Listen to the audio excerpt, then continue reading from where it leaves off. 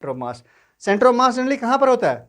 किसी भी बॉडी का सेंटर ऑफ मास जिस साइड में ज्यादा मास हो उस साइड में आपको उसके पास में मिलेगा सेंटर ऑफ मास, ठीक है ना। हाँ, बेसिक कॉन्सेप्ट है बेटा कि अगर मान लो किसी बॉडी में अनइवनली डिस्ट्रीब्यूटेड मास है तो जिस साइड में या फिर जिस साइड में ज्यादा मास होगा उस साइड में उस तरफ ही आपका सेंटर ऑफ मास होगा, उसके नजदीक होगा सेंटर ऑफ मास ना। हाँ, जो हैवी पोर्शन है उसके नजदीक होगा आपका सेंटर ऑफ मास। ऐसे ही अगर मान लो दो पार्टिकल ले लिया आपने, एक हल्का पार्टिकल एक भारी पार्टिकल है, तो इनका जो सेंटर ऑफ मास अगर हम देखना चाहें तो आपका सेंटर ऑफ मास किस साइड में होगा?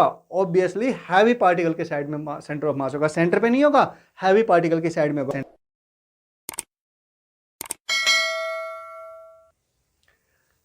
हेलो, कैसे हो बच्चों? तो आज के जो लेक्चर होने वाला है उसमें हम सेंटर ऑफ मास और कंजर्वेशन ऑफ मोमेंटम, उन दोनों में क्या रिलेशनशिप है, किस तरह से कंजर्वेशन ऑफ मोमेंटम का जो प्रिंसिपल है वो सेंटर ऑफ मास के रिस्पेक्ट में अप्लाई किया जाता है, और इससे सीधे क्वेश्चन पूछे जाते हैं ना। सीधे क्वेश्चन आते हैं आपके एग्जाम में, नीट में एग्जाम हो, जेई हो, जेई मेन मतलब जेई मेन है या जेई एडवांस में भी उसके एप्लीकेशन बेस्ड क्वेश्चन आते हैं। तो बहुत इंपॉर्टेंट टॉपिक है और ध्यान से समझना है और बहुत आसान भी है ना। एक बार बेसिक प्रिंसिपल समझ में आ गया, कॉन्सेप्ट समझ में आ गया, उसके बाद में किसी तरह की कोई दिक्कत नहीं आती, ठीक है। चलो एक बार रिवाइज, हल्का सा रिवीजन देखते हैं पिछले जो हमने पढ़ा अभी तक सेंटर ऑफ मास का कॉन्सेप्ट को। तो देखो हमने सबसे पहले क्या देखा था कि centre of mass of A system of particles ना। हाँ, एक तो 2 या 3 पार्टिकल हो है ना, या फिर एक सिस्टम हो। सिस्टम का मतलब क्या हो गया? जिसमें मोर देन 2 पार्टिकल्स हैं या 2 ऑब्जेक्ट्स हैं, है ना, उसको हम क्या बोलेंगे? सिस्टम बोलेंगे, ठीक है।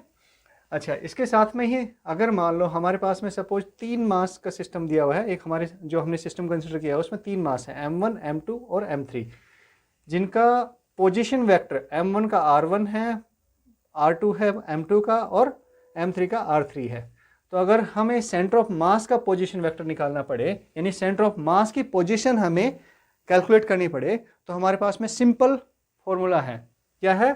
m1 r1 plus m2 r2 plus m3 r3 upon m1 plus m2 plus m3।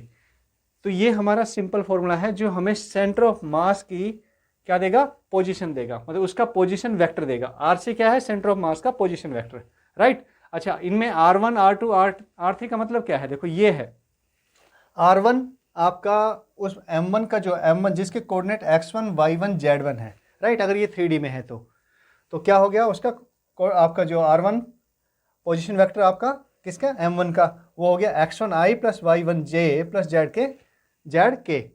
ऐसे ही r2 का हो जाएगा x2 y2 z2 उसके कोऑर्डिनेट्स है, सो x2i plus y2j plus z2k। ऐसे ही आपका m3 का हो जाएगा। ये हमें पोजीशन वेक्टर, अगर मान लो मोशन जो है इनकी या फिर इनकी पोजीशन केवल एक डायमेंशन में है, ये आपका 3D में हो गया, राइट। हाँ, केवल एक ही डायमेंशन में है, सपोज x में है। कैसे? ये देखो, ये इस तरह से है। सपोज कि m1 यहाँ पे m1 के कोऑर्डिनेट जो है वो x1 0 0, m2 के x2 0 0 और m3 के x3 0 0, या फिर m1 के कोऑर्डिनेट्स हो जाए कुछ x1 0 y1 0, m2 के 0 y2 0 और m3 के ऐसे ही, मतलब जो थर्ड कोऑर्डिनेट हो गया ना, हाँ, मतलब 0 y3 0, इस तरह से कोऑर्डिनेट्स हो सकते, कुछ भी हो सकते हैं, जेड में भी हो सकते हैं। तो अगर मान लो केवल 1D में है, क्या आपका जो मास है उनकी लोकेशन केवल 1D में है, तो हम सिंपल बाकी टर्म्स 0 हो जाएंगे। अगर x में है, x के अलोंग ही है, जैसे इस एग्जाम्पल में हमने लिया है, तो क्या होगा? y1 और z1 ये आपका 0 हो जाएगा, y1 z1 क्या होगा? 0 होगा, राइट। ऐसे ही यहाँ पे y2 z2 0 हो जाएगा, y3 z3 0 हो जाएगा। तो ये आपका पोजीशन वेक्टर x1 i, और उस केस में तो आपको क्या है कि एक 1D में ही है, तो वेक्टर फॉर्म में लिखने की जरूरत भी नहीं है, ठीक है। तो ये हमें क्लियर हो गया, बिल्कुल क्लियर है ना। हाँ, और इसको अगर पोजीशन वेक्टर को हम इसमें लिखें तो देखो xci plus ycj plus zck, कहाँ से लिया हमने? यहाँ से। xc का मतलब क्या हो गया? xc आपका मतलब x कंपोनेंट किसका? सेंटर ऑफ मास का ना, x कोऑर्डिनेट हो गया, एक तरह से सेंटर ऑफ मास का x कोऑर्डिनेट हो गया। तो वो x कोऑर्डिनेट कैसे कैलकुलेट करेंगे हम? m1 x1, मतलब x कोऑर्डिनेट कहाँ से आएगा? ऑब्वियसली जो मास हमारे पास में है m1 m2 m3 उनके x कोऑर्डिनेट से ही आएगा। मास हमने 3 का एग्जांपल ले रहे हैं हम। अगर हो सकता है 2 ही मास हो, m1 और m2 हो, या फिर हो सकता है मोर देन 3 हो, है ना, 4 भी हो सकते हैं, 5 भी हो सकते हैं, n नंबर्स हो सकते हैं, कितने भी हो सकते हैं, उसमें कोई दिक्कत वाली बात नहीं है, राइट। तो ये हमारा, अगर हम कहें कि सेंटर ऑफ मास का जो x कोऑर्डिनेट है, हमेशा सेंटर ऑफ मास को डिफाइन कैसे करते हैं, कोऑर्डिनेट से डिफाइन करते हैं ना। हाँ, किसी भी उसकी पोजीशन को हम किससे डिफाइन करते हैं, किसी भी पार्टिकल की पोजीशन को हम सेंटर ऑफ मास या सेंटर ऑफ मास की पोजीशन को हम किससे डिफाइन करते हैं, कोऑर्डिनेट से डिफाइन करते हैं बेटा। बिल्कुल सिंपल सा कॉन्सेप्ट है।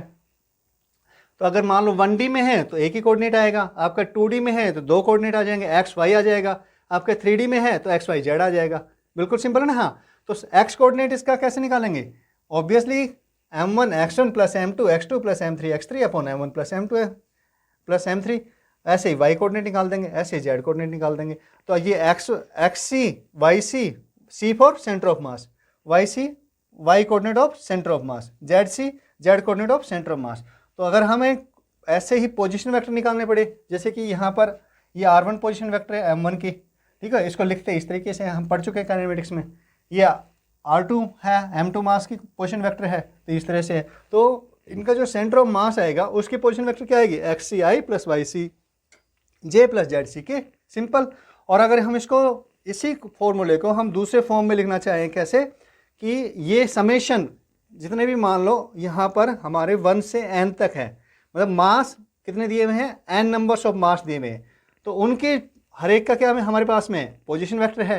तो उनका मास इनटू पोजीशन वेक्टर, उनका जो मल्टीप्लिकेशन है उनका सम कहाँ तक, n टाइम्स, ये समेशन है ना, राइट। हाँ, तो ये n टाइम्स तक, ये ऊपर हमारी ये टर्म आ जाएगी summation of mi ri, right. और नीचे क्या आएगा, सभी मास का सम आ जाएगा, सिग्मा, इसको बोलते हैं समेशन या हाँ समेशन mi, मतलब mi का मतलब क्या हो गया, 1 से लेकर n तक, i की वैल्यू 1 से लेकर n तक ना। हाँ, तो इसका मतलब हो गया m1 plus m2 plus m3 plus m4 plus m5 up to mn।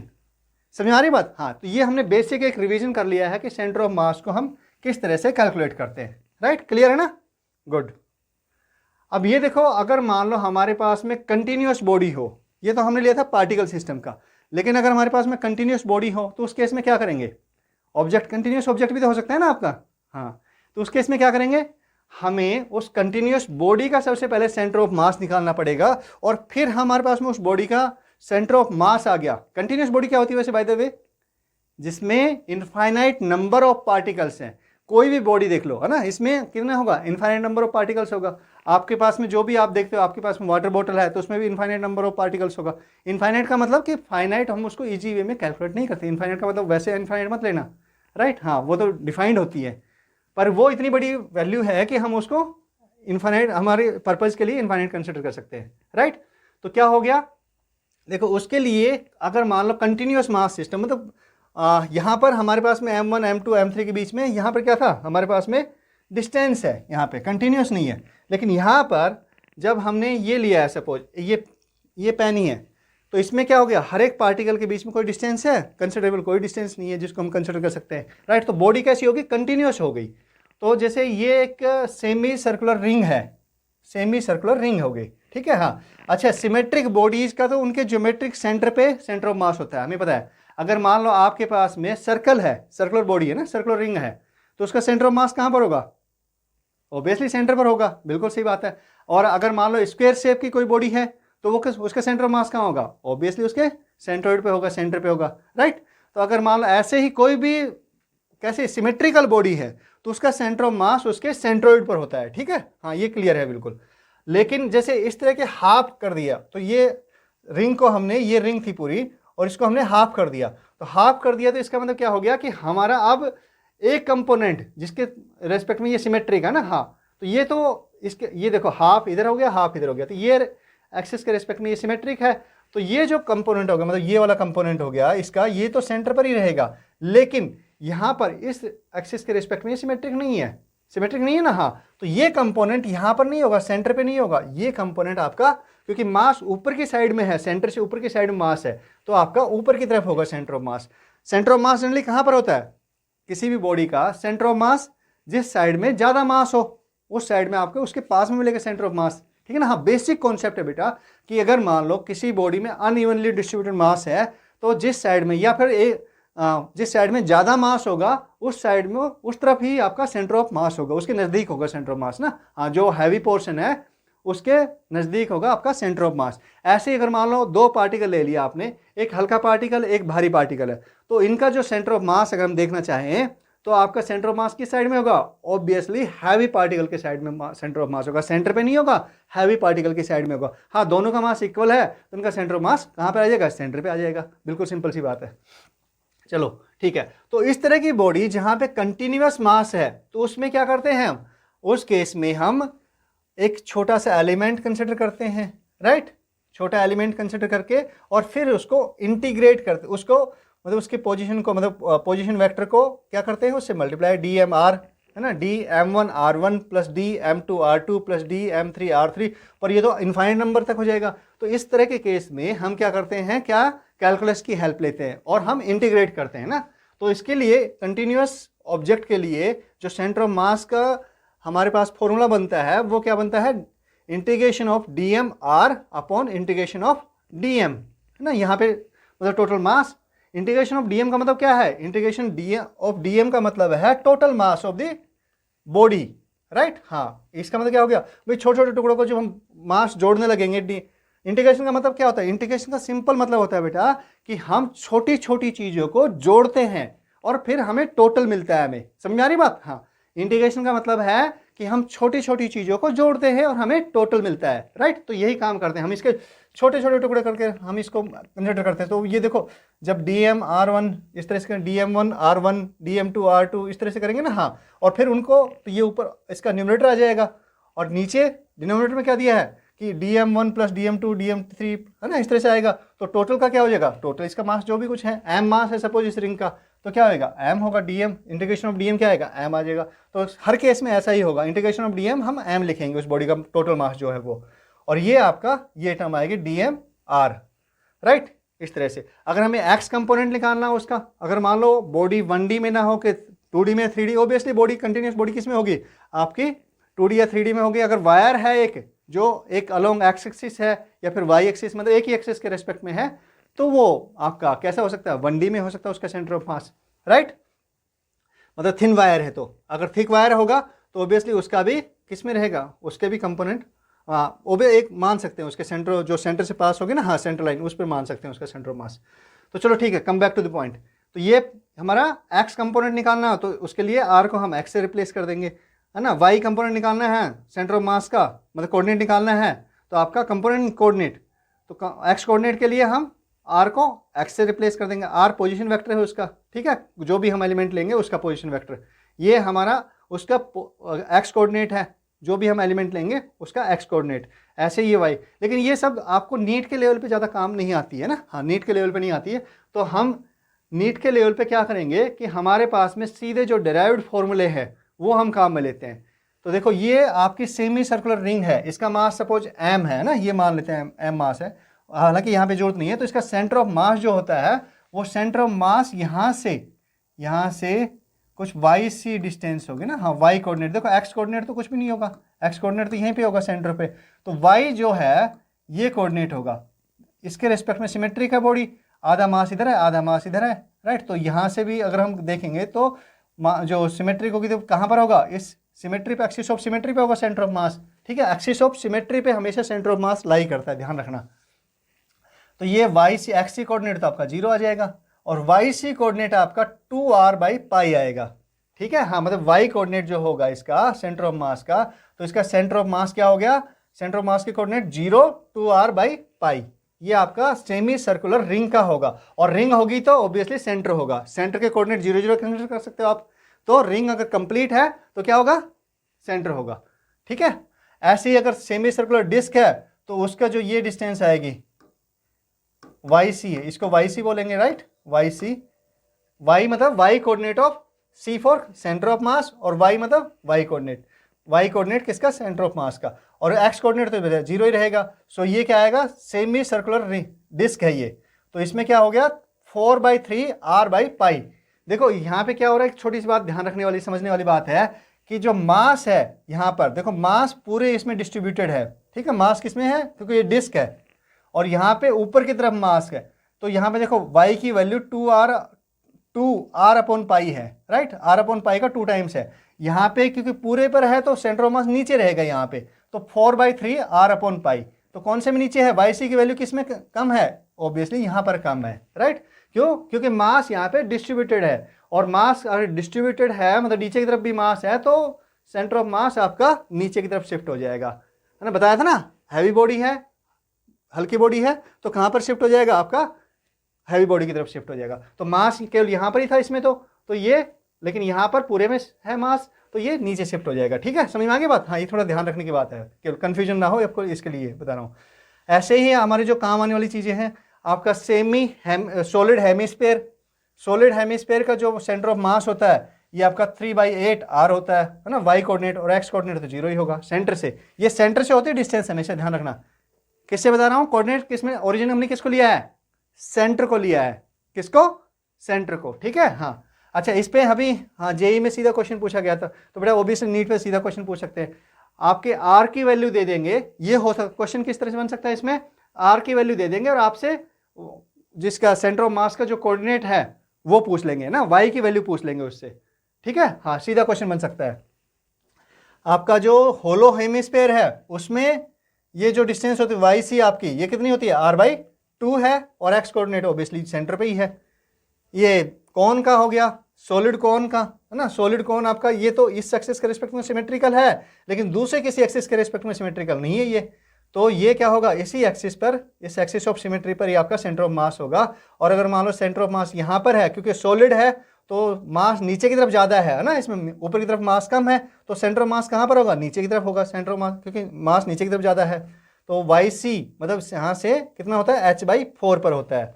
अब ये होलो पर देखो, ये होलो हो गया, होलो कौन हो गया, है ना। होलो कौन पे, क्योंकि मास कहाँ पर? नीचे की तरफ ही ज़्यादा है ऑब्वियसली इसमें भी, लेकिन फिर भी मतलब इस रेशियो में नहीं है जैसा कि सॉलिड में था। तो ये h/3i YC है ना, कहाँ से? सेंटर से, इसके मतलब जो ये वाला पोर्शन हो गया इसके यहाँ से।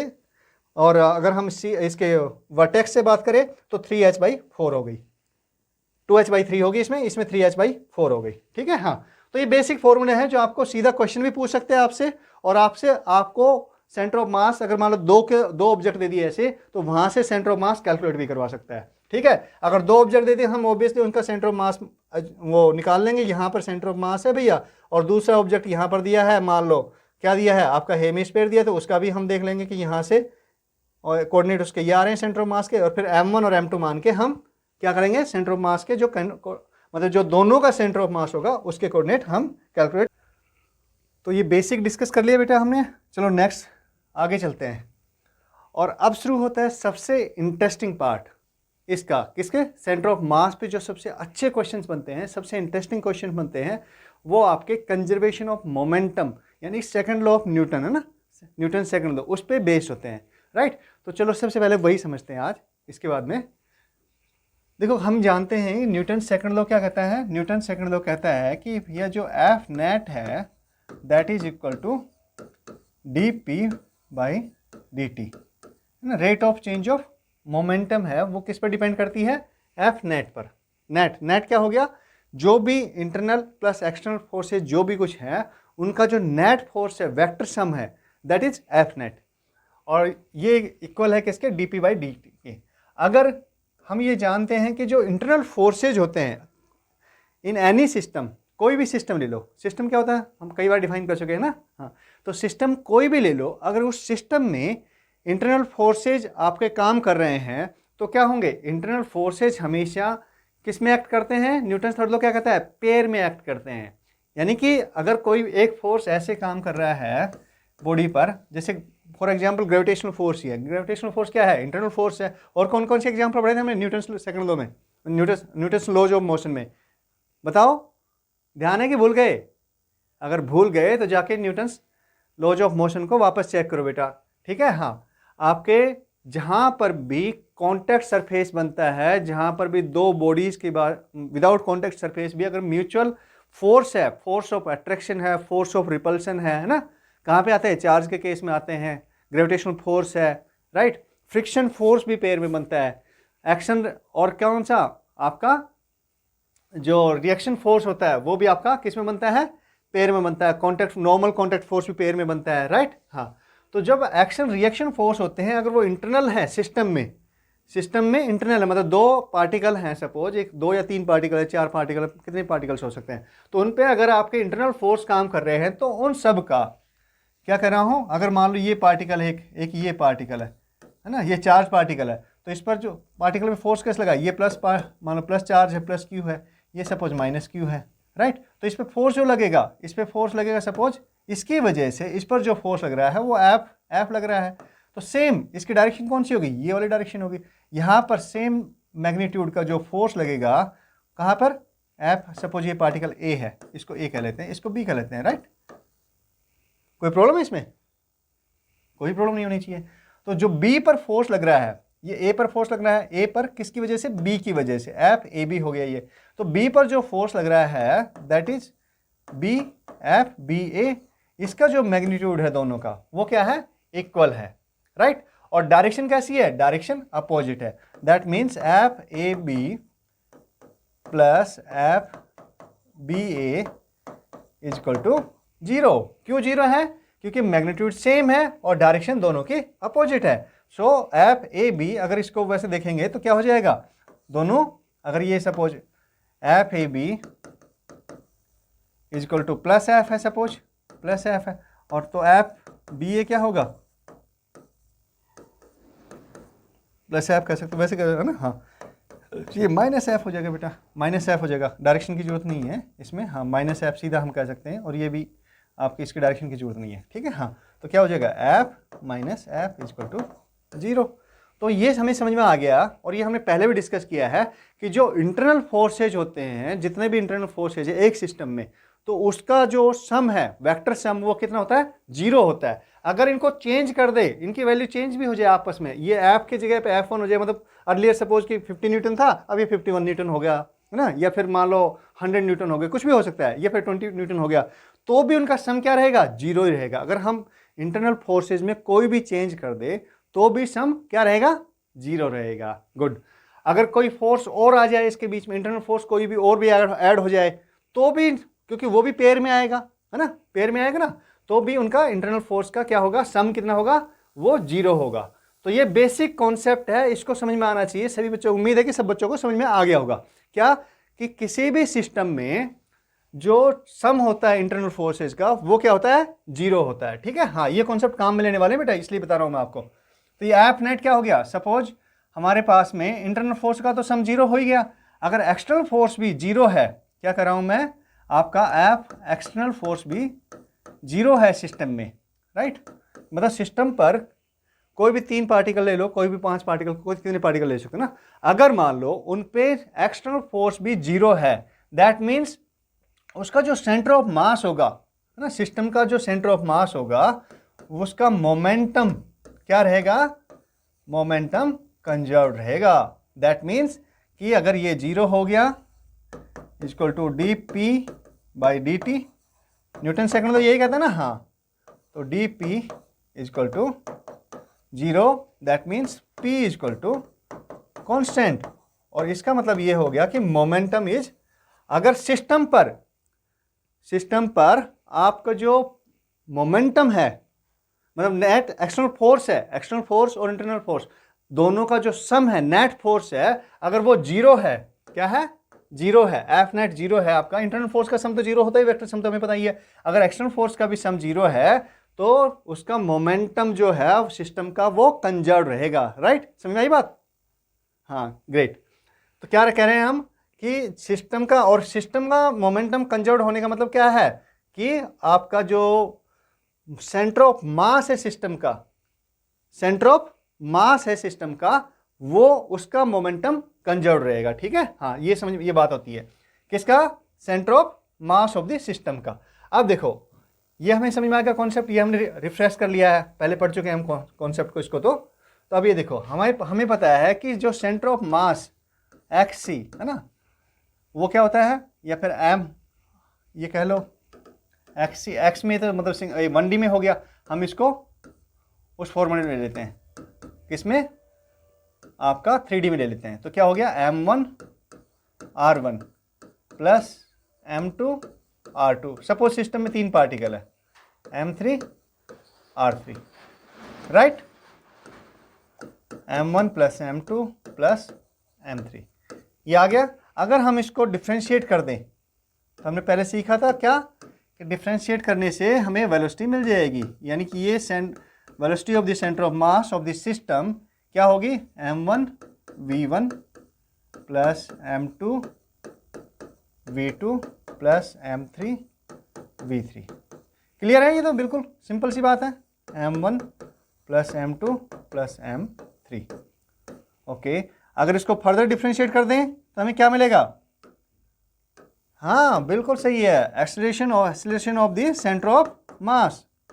सो M1 A1 plus M2 A2 plus M3 A3 upon M1 plus M2 plus M3।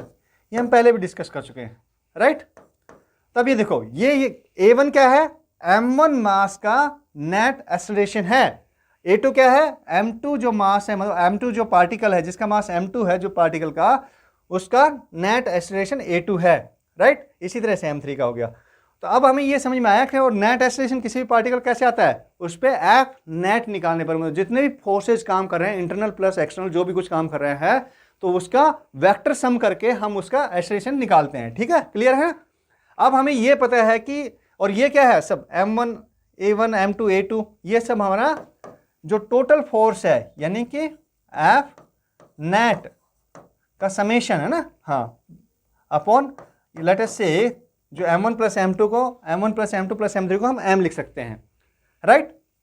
तो हमारे पास में क्या आ गया कि जो ACM है, मतलब ACOM मतलब सेंटर ऑफ मास का जो एक्सेलरेशन है, वो क्या आ गया, F net upon mass of the system.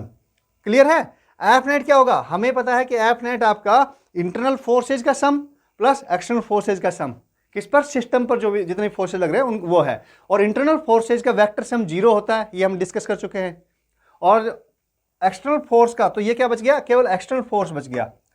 सो ये हम कह सकते हैं F एक्सटर्नल अपॉन M, ये हमारा सेंटर ऑफ मास का एक्सेलरेशन हो गया, राइट। क्लियर है ना, बिल्कुल। अभी तक कोई डाउट इसमें? बिल्कुल, हमने जो पहले हम डिस्कस कर चुके हैं, न्यूटन सेकंड लॉ से हमने हेल्प ली है, और ये हम समझ रहे हैं इसमें कि सेंटर ऑफ मास का जो एक्सेलरेशन है वो किस तरह से वेरी करता है फोर्स के साथ में। तो ये हमारे पास में सीधा सीधा आ गया, अगर कोई एक्सटर्नल फोर्स काम कर रहा है, नेट एक्सटर्नल फोर्स काम कर रहा है किस पर, सिस्टम पर, तो उसका सेंटर ऑफ मास का एक्सेलरेशन होगा, राइट। क्लियर है ना। अगर अब हम बात करें, सपोज कि जो सिग्मा एफ एक्सटर्नल है, जो ये एक्सटर्नल, अगर ये 0 हो गया, दैट मीन्स क्या हुआ, A C equal to 0 upon M and that is equal to 0। Clear है। दैट मीन्स कि जो सेंटर ऑफ मास का जो एक्सेलरेशन है ए सी, वो 0 हो गया।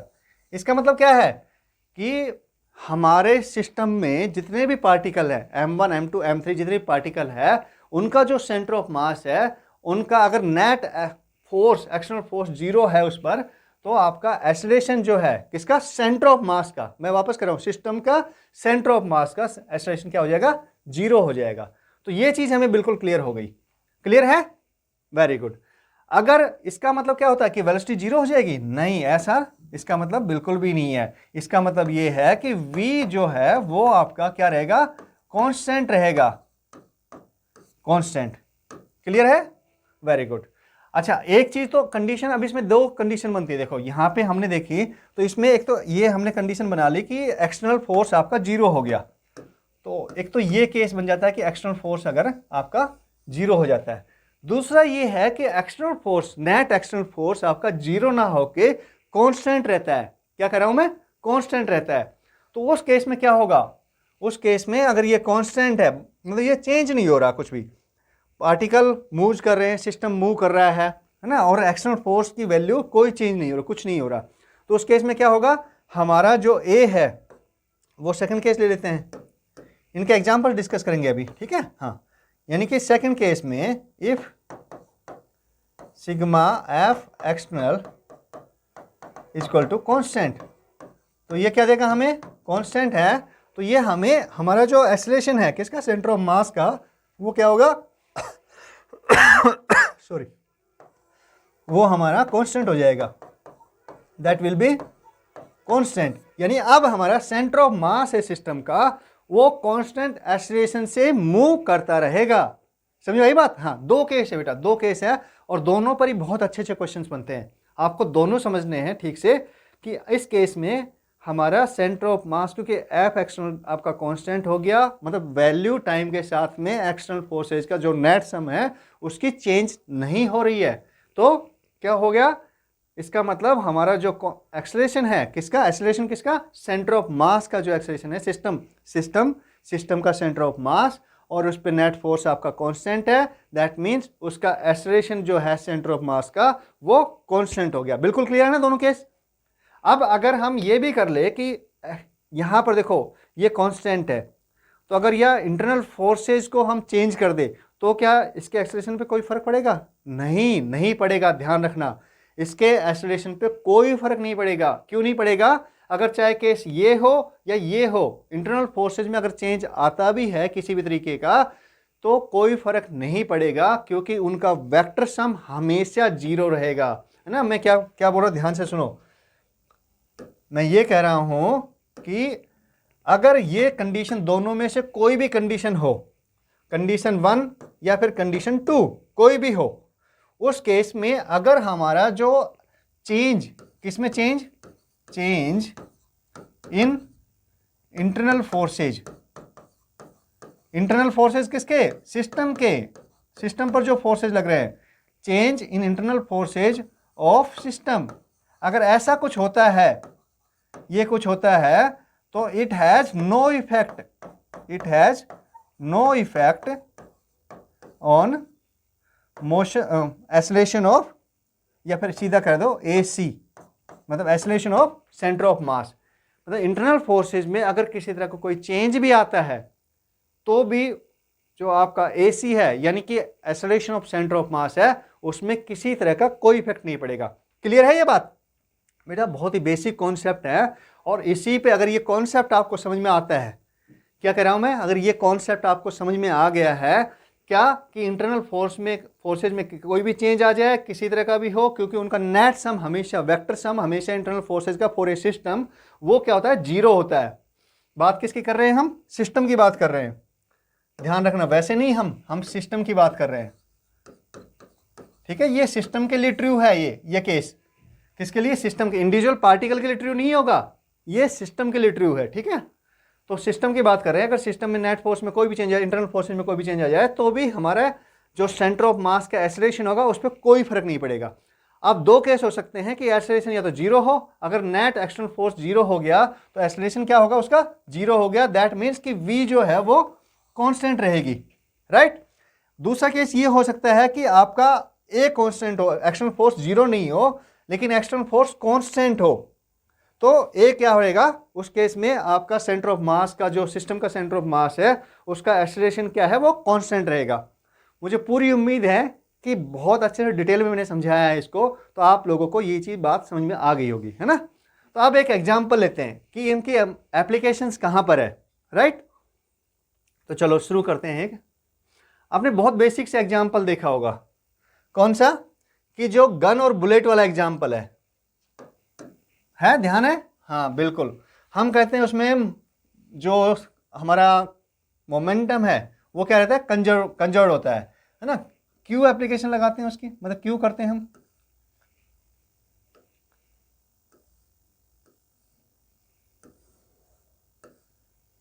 ये देखो, ये हमारे एक गन है, ठीक है, इसमें यहाँ पे बुलेट होती है।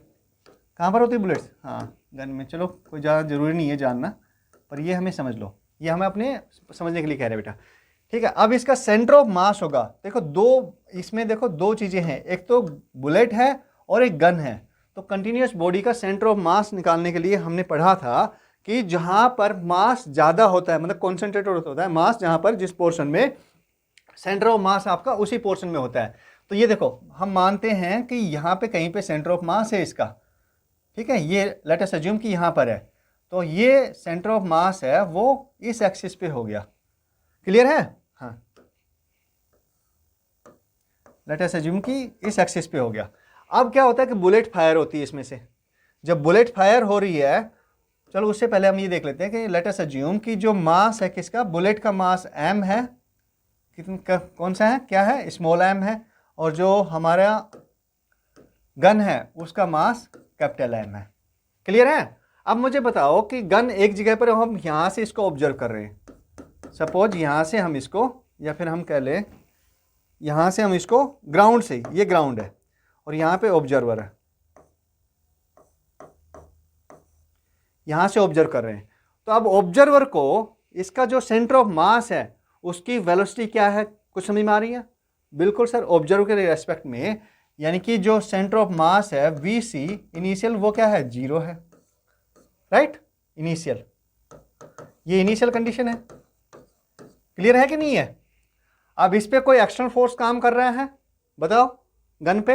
अगर हम ग्रेविटेशनल फोर्स को, क्योंकि ग्रेविटेशनल फोर्स चेंज नहीं होता है किसी तरह से, कभी ग्रेविटेशनल फोर्स चेंज नहीं हो रहा ना, हाँ, तो हम कह सकते हैं कि इसमें कोई भी एक्सटर्नल फोर्स, क्योंकि वो कांस्टेंट है, तो अपवर्ड डायरेक्शन में, तो डाउनवर्ड डायरेक्शन में काम करेगा, ठीक है। हाँ, हॉरिजॉन्टल डायरेक्शन में कोई फोर्स काम कर रहा है इस पर, किसी भी तरह का कोई फोर्स नहीं काम कर रहा, तो हम ये अज्यूम कर सकते हैं कि जो AX है वो क्या हो गया, 0। क्लियर है? किसमें, इनिशियल कंडीशन में, ये भी इनिशियल हो गया, ये इनिशियल कंडीशन है। AX किसका, सेंटर ऑफ मास का, किसका, सेंटर ऑफ मास का, इसके सेंटर ऑफ मास का। तो ये हमें क्लियर हो गया कि इनिशियली सेंटर ऑफ मास की जो वेलोसिटी है वो 0 है, सेंटर ऑफ मास का जो एक्सेलरेशन है x डायरेक्शन में वो भी आपका 0 है। क्लियर है? अब क्या करते हैं, बुलेट फायर होती है, तो इसका मतलब क्या हो गया, जब ये सेंटर ऑफ मास, अच्छा इसका इंप्लीकेशन देख लेते क्या मतलब इसका। जब वेलोसिटी 0 है सेंटर ऑफ मास की और एक्सेलरेशन 0 है और हमारे पास में कोई भी एक्सटर्नल फोर्स नहीं है, कोई भी एक्सटर्नल फोर्स इसमें हम लगा ही नहीं रहे, किसी भी तरह का कोई फोर्स नहीं लगा रहे ना, हाँ, तो कोई भी एक्सटर्नल फोर्स नहीं है, तो क्या होगा, ऑब्वियसली हमारा जो सेंटर ऑफ मास है उसकी पोजीशन चेंज नहीं होनी चाहिए, क्योंकि सेंटर ऑफ मास की वेलोसिटी 0 है, सेंटर ऑफ मास का एक्सेलरेशन 0 है। तो इनका मतलब ये हो गया कि हमारे सेंटर ऑफ मास है ना, COM विल नॉट चेंज। कब चेंज नहीं होगा, अगर कोई भी, बशर्ते जो सिग्मा एफ एक्सटर्नल है वो क्या है, 0 है। बेटा ये समझ लो, आपने सीधे सीधे क्वेश्चन किया होगा, लेकिन उसके पीछे में कॉन्सेप्ट क्या है, बेसिक कॉन्सेप्ट क्या है, हम वैसा मोमेंटम, कंजर्वेशन ऑफ मोमेंटम का प्रिंसिपल लगाते क्यों है इस केस में, वो मैं समझा रहा हूं आपको। अगर ये एक्सटर्नल 0 हो गया, एफ एक्सटर्नल 0 हो गया, तो इसका मतलब क्या हो गया, कोई फोर्स हमारे पास में एक्सटर्नल फोर्स काम नहीं कर रहा है, इसके साथ में ही वेलोसिटी 0 है, एक्सेलरेशन 0 है, तो सेंटर ऑफ मास जो है ना, किसका, सिस्टम कौन सा ले रहे हैं हम, सिस्टम ले रहे हैं हमारा बुलेट। सिस्टम क्या ले रहे हैं हम, सिस्टम हमारा हो गया गन प्लस बुलेट, ये हमारा सिस्टम हो गया, ठीक है। हाँ, तो इनका सिस्टम का जो सेंटर ऑफ मास है वो इसके रिस्पेक्ट में ये है, जिसका कोऑर्डिनेट कुछ भी आ सकता है, कुछ भी होगा, जो भी है। तो अब क्या हो रहा है कि कोई एक्सटर्नल फोर्स काम नहीं कर रहा है, ये सब चीज क्लियर हो गई, तो हमारा सेंटर ऑफ मास चेंज नहीं होना चाहिए, इवन इफ अगर इंटरनल फोर्सेज में कोई भी चेंज आता है तो भी, क्योंकि हम जानते हैं कि इंटरनल फोर्सेज का वेक्टर सम हमेशा 0 होता है। क्लियर है ना ये बात? Very good.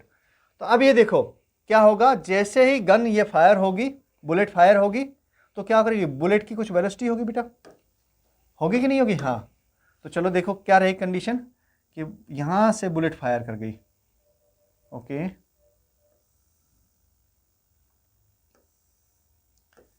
यहां से बुलेट फायर कर गई, देखो ये बुलेट है, येलो कलर में दिखा रहे हैं ना हम इसको, ये बुलेट आपकी फायर करके यहां से, और इसकी वेलोसिटी सपोज u वेलोसिटी हो गई, कौन से डायरेक्शन में, ये, इस डायरेक्शन को हम पॉजिटिव ले रहे हैं, ये पॉजिटिव डायरेक्शन है, ये आपकी क्या हो जाएगी, फिर नेगेटिव हो जाएगी, नेगेटिव डायरेक्शन हो जाएगी, राइट। तो ये u वेलोसिटी है इसकी इस डायरेक्शन में। अब क्या हुआ, ये क्या हुआ, इंटरनल फोर्स लगा कुछ, तो तभी तो ये बाहर आई बुलेट, राइट। तो इंटरनल फोर्स लगा, कोई एक्सटर्नल फोर्स तो हमने दिया नहीं, कुछ भी एक्सटर्नल फोर्स तो नहीं दिया कि इस पर कोई पावर लगाई है कुछ भी किसी तरह के। गन के जो सिस्टम है उसने किया है जो भी कुछ है, तो वो गन का मतलब सिस्टम में क्या है, हमारी गन और बुलेट दोनों ही सिस्टम की पार्ट है। तो दैट मीन्स जब बुलेट इधर जा रही है तो सेंटर ऑफ मास जो है ये इधर जाने की कोशिश करेगा।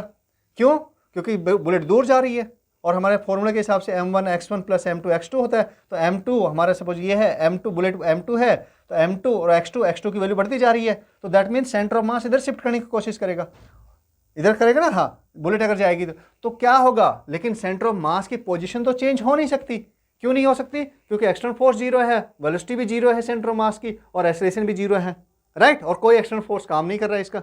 दैट मीन्स कि जो अगर ये बुलेट इधर जाएगी तो जो गन होगी, गन को पीछे शिफ्ट होना पड़ेगा, सो दैट कि जो सेंटर ऑफ मास है वो इसी लाइन पर रहे।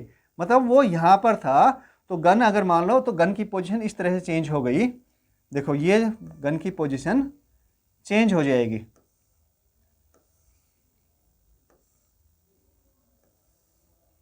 और यहां पे इसका जो सेंटर ऑफ मास है, गन का जो सेंटर ऑफ मास है वो यहां पर ही रहेगा, राइट। तो गन क्या हुआ कि ये आगे गई तो गन पीछे की तरफ शिफ्ट हो गई। तो लेट अस अज्यूम, क्यों शिफ्ट हुई? क्योंकि सेंटर ऑफ मास की पोजीशन चेंज नहीं हो सकती, उसका जो कोऑर्डिनेट है ये वाला कोऑर्डिनेट है, मतलब अगर हम कहें यहां से एक्स कोऑर्डिनेट है कुछ भी, तो ये एक्स कोऑर्डिनेट जो रहा x1 था यहां पर, तो ये यहां पर भी ये x1 ही रहेगा, ये x1 से चेंज नहीं हो सकता, ठीक है। या फिर कह ले xc था तो xc ही रहेगा, ये कोऑर्डिनेट यहां से चेंज नहीं हो सकता when we are observing from the ground. बात समझ आ रही है? हाँ, बिल्कुल बेसिक है बेटा, बिल्कुल समझना जरूरी है। लेकिन तो ये देखो क्या हो गया, सेंटर ऑफ मास यहीं पर रहेगा। दैट मीन्स क्यों गन को बुलेट उधर जा रही है, यानी x2 बढ़ रहा है, x1 को क्या करना पड़ेगा, x1 को, क्योंकि वहां पर ही रहेगी गन की पोजीशन, तो x1 को नेगेटिव में शिफ्ट करना पड़ेगा, उसको जो बढ़ा है जो पोर्शन उसको कम करना पड़ेगा, तो गन थोड़ी सी पीछे शिफ्ट हो जाएगी, राइट। और उसके लिए गन की वेलोसिटी इधर क्या होगी, सपोज लेट अस से कि गन की वेलोसिटी ये v हो गई इस डायरेक्शन में, अपोजिट डायरेक्शन में, राइट। तो सेंटर ऑफ मास की लोकेशन चेंज नहीं हो सकती। क्यों? रीजन हमने एक्सप्लेन कर दिया है, पहले ही हम कर चुके हैं, और तो इसकी वजह से गन पीछे की तरफ शिफ्ट होती है। तो क्लियर हो गई ये बात? दैट मीन्स, और क्योंकि ये कंडीशन पूरी हो रही है तो P हमारा क्या रहेगा, P हमारा कांस्टेंट रहेगा। क्या रहेगा? कांस्टेंट रहेगा। दैट मीन्स सिस्टम का जो P जो क्या था, मोमेंटम था, वो सिस्टम का पहले और गन फायर, मतलब ये बुलेट फायर करने के बाद में, दोनों ही केस में क्या रहेगा, सेम रहेगा। तो P1 बताओ क्या था बुलेट फायर करने से पहले? इसकी भी कोई वेलोसिटी नहीं थी, इसकी भी कोई वेलोसिटी नहीं थी, सेंटर ऑफ मास की भी कोई वेलोसिटी नहीं थी, क्या है, जीरो है ना। तो P1 क्या हो गया, जो भी m1 plus m small m, देखो मैं P1 लिख रहा हूं ना, हाँ ठीक है, चलो चेंज करते हैं इसको। तो ये m plus m into zero is equal to final, देखो ये हमने पॉजिटिव डायरेक्शन ली है, तो ये बुलेट की मास क्या है, m, और वेलोसिटी क्या है, स्मॉल u, सो ये m u, राइट। उसके बाद में गन की, क्योंकि गन को भी सेंटर ऑफ मास की लोकेशन को चेंज नहीं होने देना है। क्यों? वो रीजन हमने पहले डिस्कस कर चुके हैं ना, बार बार मैं बता रहा हूं, क्योंकि आपको समझना जरूरी है बेटा, कॉन्सेप्ट आया क्यों ना, ये हो क्या रहा है वो समझना जरूरी है। अगर ये आप समझ गए तो ये समझो कि ये कॉन्सेप्ट आपको क्रिस्टल क्लियर हो जाएगा बिल्कुल। तो क्या हो गया, देखो इसकी वेलोसिटी क्या है, v है अपोजिट डायरेक्शन में, और मास कितना है, कैपिटल M है, तो ये m, लेकिन ये अपोजिट डायरेक्शन में है, तो क्या होगा,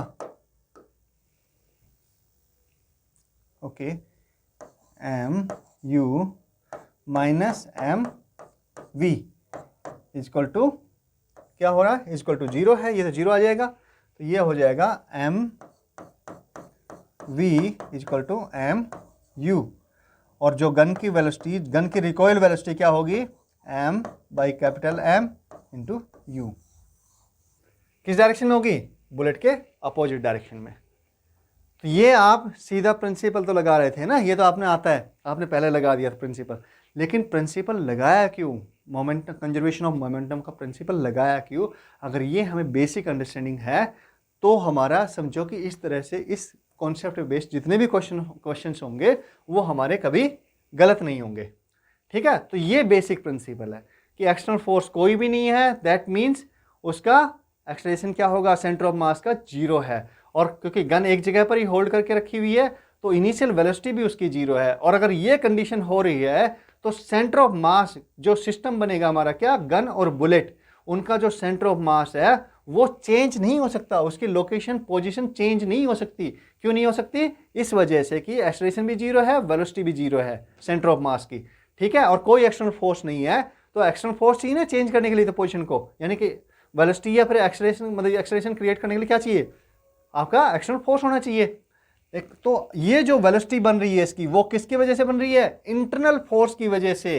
ये सिस्टम है गन प्लस बुलेट, ये सिस्टम है, तो इसके जो इंटरनल फोर्स होगा उसकी वजह से वेलोसिटी बन रही है। समझ में आई बात? क्लियर है कि नहीं है? हाँ, तो ये इंटरनल फोर्सेज का सम हमें पता है हमेशा 0 होता है। चेंज किस में आया है, इंटरनल फोर्सेज में आया है। इंटरनल फोर्सेज का सम कितना होता है, हमेशा वो 0 होता है, राइट। और उससे हमने ये कॉन्सेप्ट पढ़ा था अभी कि इंटरनल फोर्सेज में कोई भी चेंज आ जाए, बढ़ जाए, कम हो जाए, नया फोर्स इंटरनल फोर्स आ जाए ना, नया डेवलप हो जाए, या जो है एग्जिस्टिंग वो हट जाए, उससे सेंटर ऑफ मास के एक्सेलरेशन पे कोई फर्क नहीं पड़ता है।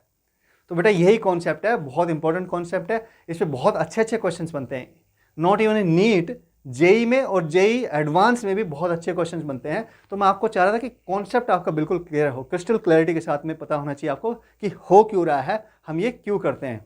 और इस पर बहुत अच्छे क्वेश्चन बनते हैं, वो हम और डिस्कस करेंगे नेक्स्ट लेक्चर में करेंगे, लेकिन है ना, आज का लेक्चर इतना ही काफ़ी हो गया। तो ये कॉन्सेप्ट आपको समझा दिया है, नेक्स्ट लेक्चर में हम और अच्छे अच्छे क्वेश्चन डिस्कस करेंगे। तो चलिए, तब तक के लिए प्रैक्टिस करते रहिए। और अगर आपको पढ़ने में मज़ा आ रहा है तो खुद तो चैनल सब्सक्राइब करना ही है, अपने दोस्तों से भी करवाना, सो दैट कि हमें पता चले कि भी हाँ, बच्चों को अच्छा लग रहा है और हम अच्छे से अच्छा कंटेंट और लेके आ सके आपके लिए, ताकि आपकी समझ बढ़ सके। ठीक है, चलो, wish you all the best and keep practising.